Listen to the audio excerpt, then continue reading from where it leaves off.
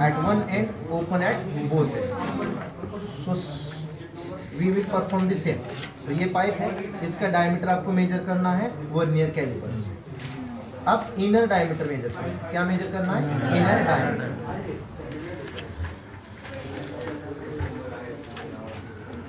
Haridas sir,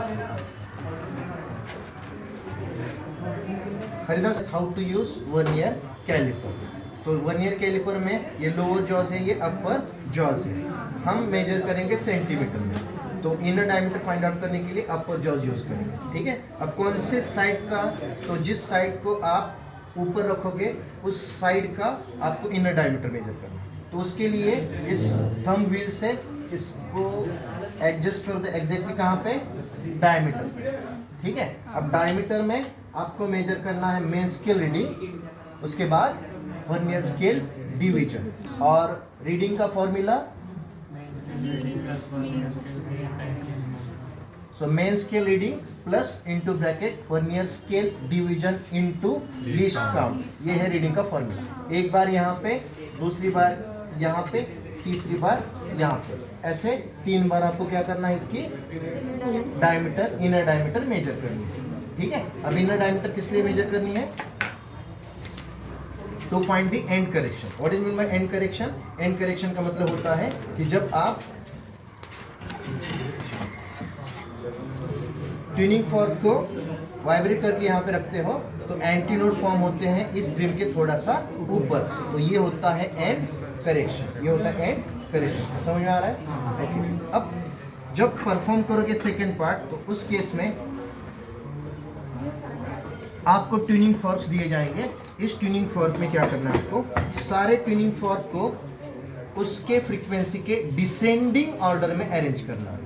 total 5 tuning forex दिए जाएंगे, जिसमें से 4 नॉन होंगे, 1 अननोन होगा. So here we will arrange all this according to descending order of frequency.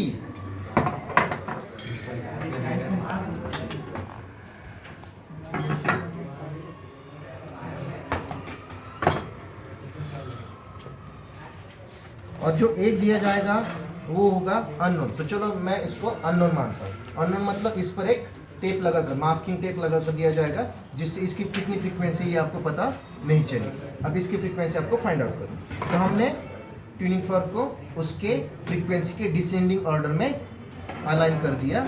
अब क्या करना है आपको, एक्सपेरिमेंटल सेटअप में ये ट्यूब पर जो नंबर है ना, वो आपकी तरफ होनी चाहिए. ठीक है. अब इसको मिनिमम रख दो. इस सिलेंडर में आपको इसके वॉल्यूम के 70 to 75% वाटर लेना है. ठीक है. अब जो फ्रीक्वेंसी, हाईएस्ट फ्रीक्वेंसी का ट्यूनिंग फॉर्क लेना है, रबर पैड लेना है और ऐसे होल्ड करना है इसको, ऐसे होल्ड करना है. ठीक है. कोई भी स्टूडेंट यहाँ पे होल्ड नहीं करेगा. ठीक है. यहाँ पे होल्ड करो और रबर पैड को ऐसे पकड़ोगे, एज पर मारोगे तो ये ठीक से वाइब्रेट होगा. और आपको ऐसे रखना है. समझ में आ रहा है? तो जितना हो सके पॉसिबल उतना ये नीचे रखो, जितना हो सके उतना नीचे रखो. ठीक है.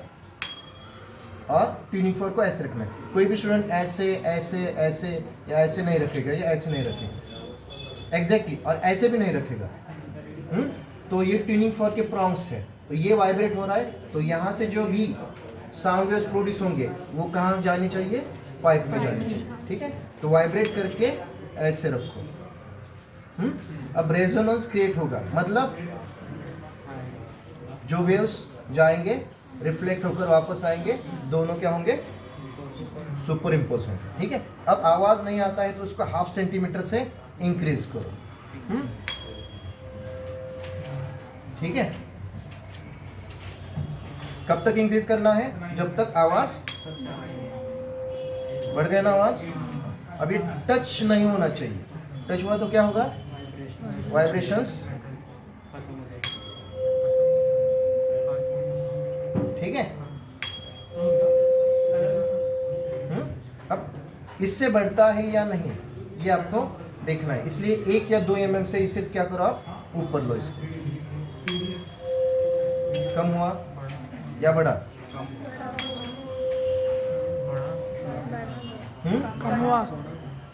कम हुआ है।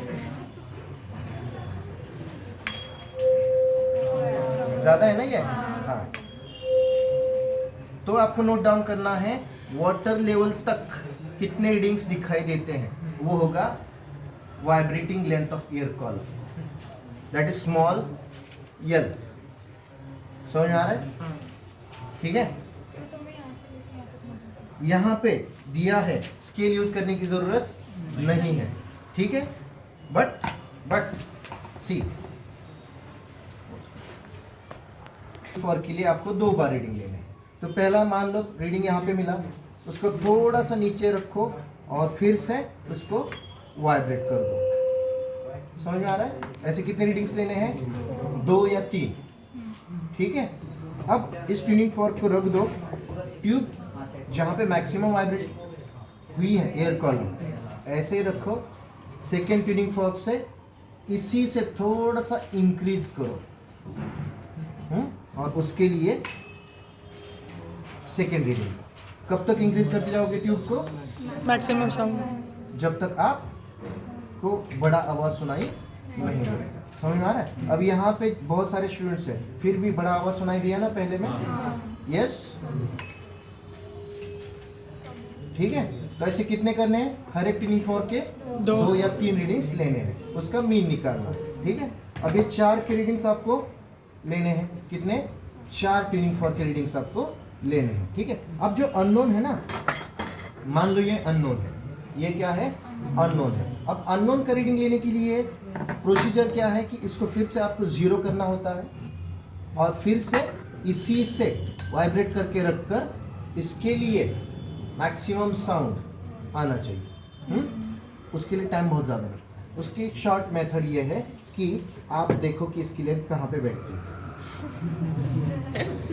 है ना। अब ये कहाँ पे बैठ गया? डायरेक्टली यहाँ पे बैठ गया, मतलब इसकी जो भी वाइब्रेटिंग लेंथ आएगी ये इससे ज़्यादा होगी। ओके, समझ गए? तो इसकी जो लेंथ आई है वही ट्यूब में एडजस्ट कर दो डायरेक्टली, और इसके लिए reading find. Is it clear? समझ गए?